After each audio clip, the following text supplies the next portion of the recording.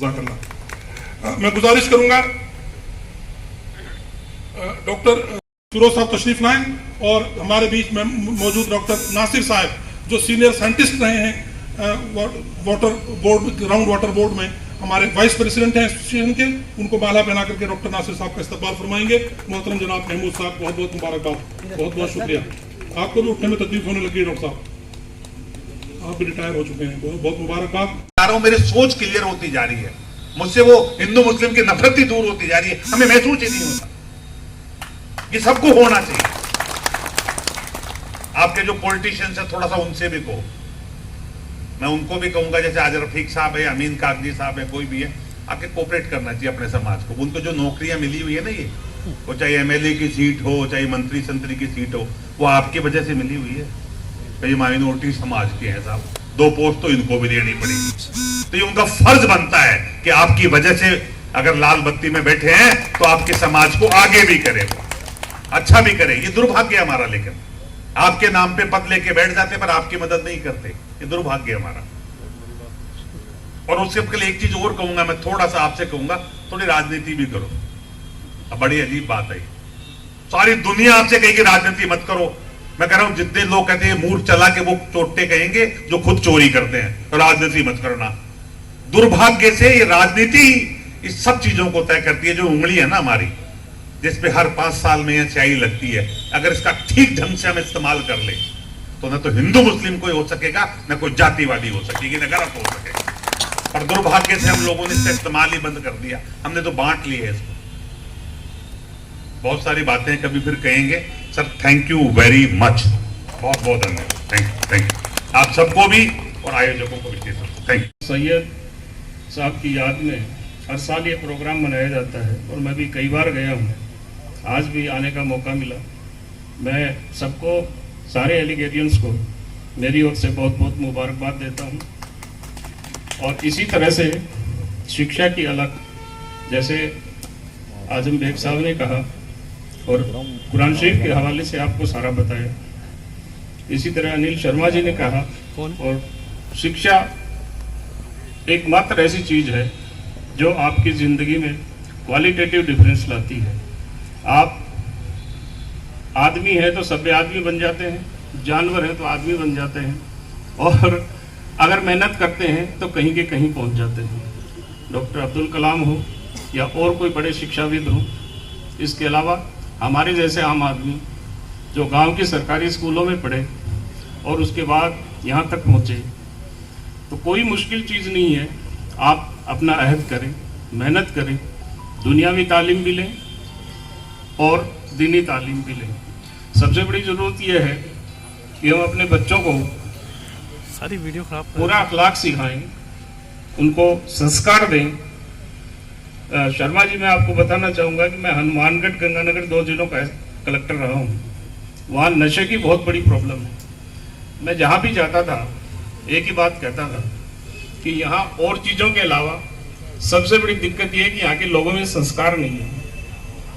उन लोगों में धार्मिकता है ही नहीं, न वो मंदिर जाते हैं न और कहीं जाते हैं। तो फिर क्या होता है कि डिप्रेशन में आते हैं तो वो फिर नशे की तरफ जाते हैं। तो युवा पीढ़ी को जो बुराइयों से बचाने के लिए सबसे बड़ी चीज़ है कि उनमें संस्कार दिए जाए और आगे बढ़ने के लिए उनको प्रेरित किया जाए। अभी जैसे डॉक्टर साहब ने बताया कि आप अहद कीजिए, हौसला रखिए। सम्मानित हजरात बैठे हैं और मुझे 2 लफ्ज कहने का मौका भी दिया। सर सैयद अहमद एक सोच है, उनको हम एक दायरे में कैद नहीं कर सकते। अगर हम सर सैयद अहमद के बारे में, जैसे मुफ्ती साहब ने बताया कि हजारों साल नरगिस अपनी बेनूरी पर होती है, बड़ी मुश्किल से होता है चमन में दीदावर पैदा, तो उससे पहले हिंदुस्तान के अंदर अगर हम हालात देखें तो वो गदर का टाइम था, 1857 का टाइम था। और 1857 के अंदर सर सैयद अहमद के खुद के चचा के लड़के, उनके कई रिश्तेदार शहीद हो गए थे। और उस जमाने में जो हालात थे उसमें एक माइनॉरिटी कम्युनिटी को इंग्लिश जो थे टारगेट कर रहे थे, क्योंकि उनको लग रहा था कि इन्हीं ने ये सब किया है। वो अपनी माँ और उनकी एक कनीज थी, तो उनसे मिलने अपने पड़ोसी के घर गए जहाँ उनकी माँ रहा करती थी। तो 3 दिन से उन्होंने एक कतरा पानी का नहीं पिया था और वो घोड़े का दाना खा के 3-4 दिन नहीं थे। और उस दौर के अंदर उनको ये ख्याल आया कि हम एंग्लो अरेबिक या मुस्लिम अलीगढ़ मुस्लिम यूनिवर्सिटी की बुनियाद किस तरह से डाली जाए जो उर्दू जबान से अलग हटके इंग्लिश जबान पे बेस्ड हो। वो सोच के उन्होंने कहा कि गदर तो हुआ 1857 का, मगर इसकी पीछे वजह क्या थी कि हम नहीं जानते कि अंग्रेजों की ताकत कितनी बड़ी है। अगर हमें ये मालूम होता तो शायद हम ये गदर नहीं करते। उनके बारे में अब्दुल हक साहब ने कहा है कि जिस तरह शीरी ने फराद के साथ मोहब्बत की या नल ने दमयंती के साथ मोहब्बत की, उसी तरह सर सैयद अहमद ने अपनी कौम के साथ की।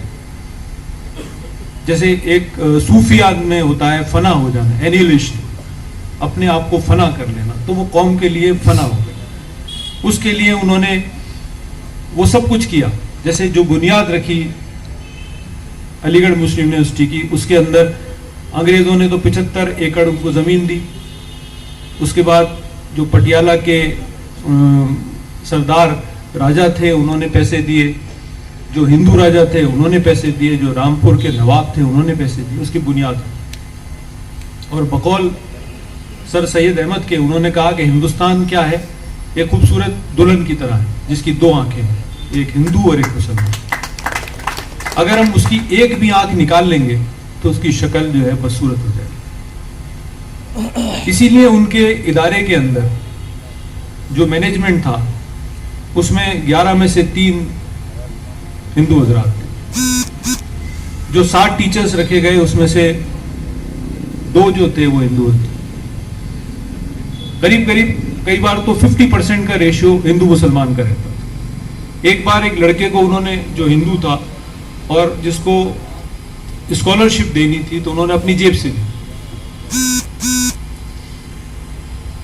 तो उन्होंने कहा कि अगर हम काउ स्लॉटर को यानी गोकशी को अगर हम खत्म कर देंगे और इससे अगर हिंदू मुस्लिम में नजदीकियां होंगी तो इसके लिए इससे बेहतर क्या हो सकता है। उनके लिए अल्लामा इकबाल ने कहा कि this was the first reaction of a Muslim, Indian Muslim toward modern era. और मलिक साहब ने उनके लिए कहा कि ये इस्लाम का मॉडर्न लिबरल चेहरा है। तो एक खूबी नहीं, उन्होंने इसी के साथ साथ, अच्छा वो अंग्रेजी नहीं जानते, उन्होंने सारी जो चीजें थी वो उर्दू में की, जबकि वो उनका सारा जो वो था वो अंग्रेजी में था। आपको याद दिलाना चाहूंगा कि 1950 का मेरे पास एक फोटो पड़ा है सेक्रेटेरिएट का, उसमें 50% रिप्रेजेंटेशन मुस्लिम्स का था। और उसके बाद वो धीरे धीरे कम होता चला गया। तो इसकी वजह है कई सारी चीजें, सच्चर कमेटी भी आई और भी आई, मगर इसमें वो जो सोच है, आप सोचिए जो अल्लामा इकबाल ने इनके लिए कहा था, सर सैयद अहमद के लिए कहा था, वो सोच उनके कितनी मुश्किलात थी और उसके अंदर से वो खींच के ऐसे इदारे को लाए जो आज दुनिया के अंदर टॉप 10 यूनिवर्सिटीज में, मतलब इंडिया के अंदर भी 10वीं 11वीं नंबर है इसका। और इंडिया टुडे के सर्वे हुआ था उसमें 4th उसको पोजीशन दी।